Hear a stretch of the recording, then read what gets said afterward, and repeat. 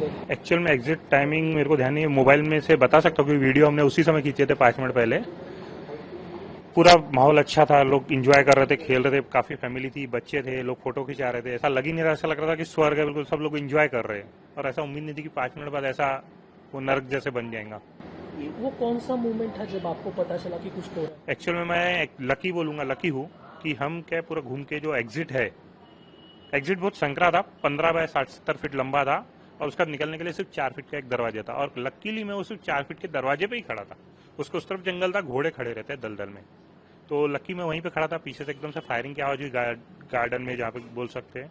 और लोग पब्लिक जो है पूरी वो गैलरी में घुसी, 15 बाय 70 की, 60-70 फीट की, तो पूरी भर गई। मैंने 1 सेकंड पीछे देखा, लेकिन तब तक वो पूरी गैलरी पब्लिक से भर चुकी थी।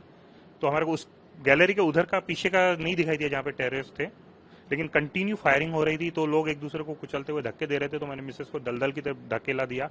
तो घोड़े वाला तो हमारे को तुरंत छोड़ के, घोड़ा छोड़ के भी भाग गया। वो घोड़ा भी छोड़ा और वो खुद भी भाग गया जंगल में।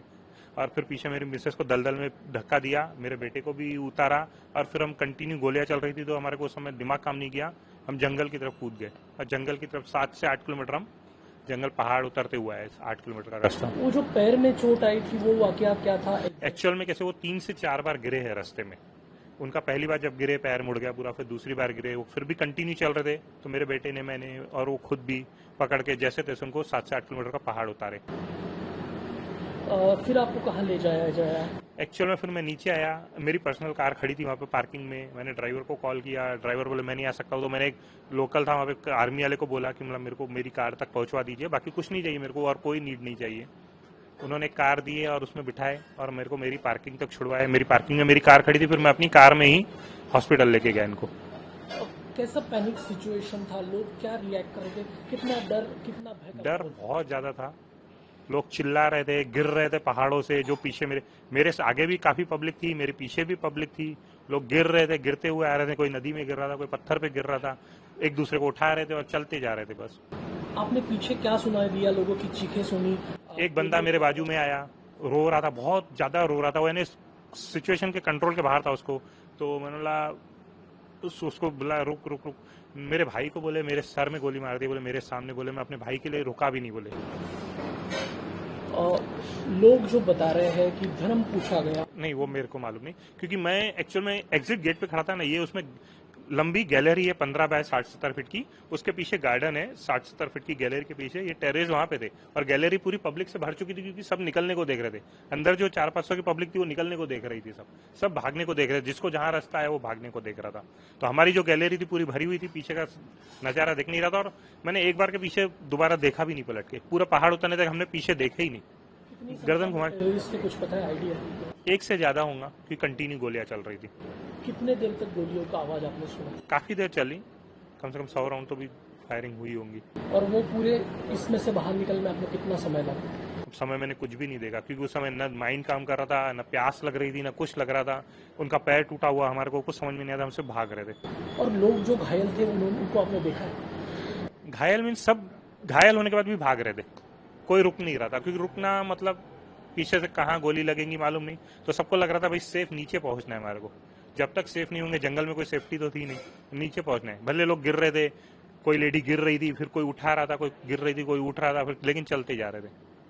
अब आप सुरक्षित तरीके से वहां पहुंचे, तो उसके बाद यहाँ तक आने का सफर क्या था? मैं एक्चुअल में फिर वहाँ अनंतनाग में मेरे को डिस्चार्ज, मैंने उन्होंने एक्सरे वगैरह किए, बोले 2 जगह से एक्चुअल में एक जगह फ्रैक्चर हुआ, लेकिन आपने उनको फिर भी कंटिन्यू दौड़ाए तो दूसरा भी फ्रैक्चर हो गया। अब इनको बोले आप प्लास्टर वगैरह करना पड़ेगा, यहाँ पे ट्रीटमेंट आपको लेना पड़ेगा। मतलब मैं यहाँ पे ट्रीटमेंट लूंगा नहीं, मेरे को एक्चुअल में अपनी सिटी जाना है। तो मतलब आपकी परमिशन है क्या? डॉक्टर को बोला मैं जा सकता हूँ क्या? तो बोले हाँ आप ट्रेवल कर सकते हैं, हम प्लास्टर वगैरह चढ़ा के दे देंगे और आपको दवाई या इंजेक्शन दे देंगे और आप जा सकते बोले, लेकिन आपको ट्रीटमेंट आपके शहर में जाकर लेना पड़ेगा। मैं ठीक है, मैं वहाँ जाके लूंगा। फिर मैं श्रीनगर अपनी खुद की कार में ही आया, कुछ नहीं, अब हम खुद ही कर रहे थे सब।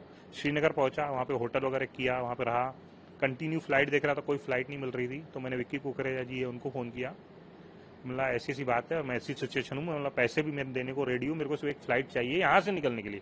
दिल्ली की हो, मुंबई को, उसके आगे का भी मैं खुद कर लूंगा, सिर्फ यहाँ से निकलने के लिए एक फ्लाइट हो। क्योंकि मेरी मिसेस के पैर फ्रैक्चर हो चुके हैं और मतलब मैं रुक नहीं सकता हूँ यहाँ पे। हालांकि मैं डरा नहीं था कि श्रीनगर में ऐसा कोई ये नहीं था। तो उन्होंने ठीक है बोले, मैं सीएमओ के पोर्टल पे बोले आपकी डालता हूँ, और डिटेल वगैरह लिए डाले। और उसके बाद में फिर मेरे को मुंडे जी कोई है, उनकी कॉल आई, थोड़ी देर में ही आ गई कॉल, और फिर उन्होंने कंटिन्यू मेरे को कॉल कांटेक्ट में, रात के 1 बजे तक मेरे कांटेक्ट में थे। वो मेरे से पूछ रहे थे आप कैसे हो, क्या हो, आपको फ्लाइट की टिकट मिली? हमला हाँ मिल गई, आपने टिकट दे दिए। फिर मैं एयरपोर्ट जा रहा था तो भी उनकी कॉल आई, बोले आप एयरपोर्ट के लिए निकले कि नहीं निकले? मैं मैं निकला, आप टेंशन मत लो। बोले आपको कोई नीड है क्या? मैं नहीं, मेरे को कोई नीड नहीं है, मेरे को सिर्फ फ्लाइट की टिकट चाहिए यहाँ से बाहर निकलने के लिए, उसके आगे का मैं खुद ही देख लूंगा। तो बोले कोई दिक्कत नहीं, यहाँ से हम आपको श्रीनगर से मुंबई तक की टिकट दे रहे हैं बोले आपको। मतलब कोई दिक्कत नहीं, मुंबई से मैं नागपुर खुद ही कर लूंगा, मेरे को कोई कुछ नहीं चाहिए, मेरे को सिर्फ यहाँ से निकलना है। पूरा वाकया, ये पूरा इंसिडेंस आपके दिमाग में अभी भी होगा?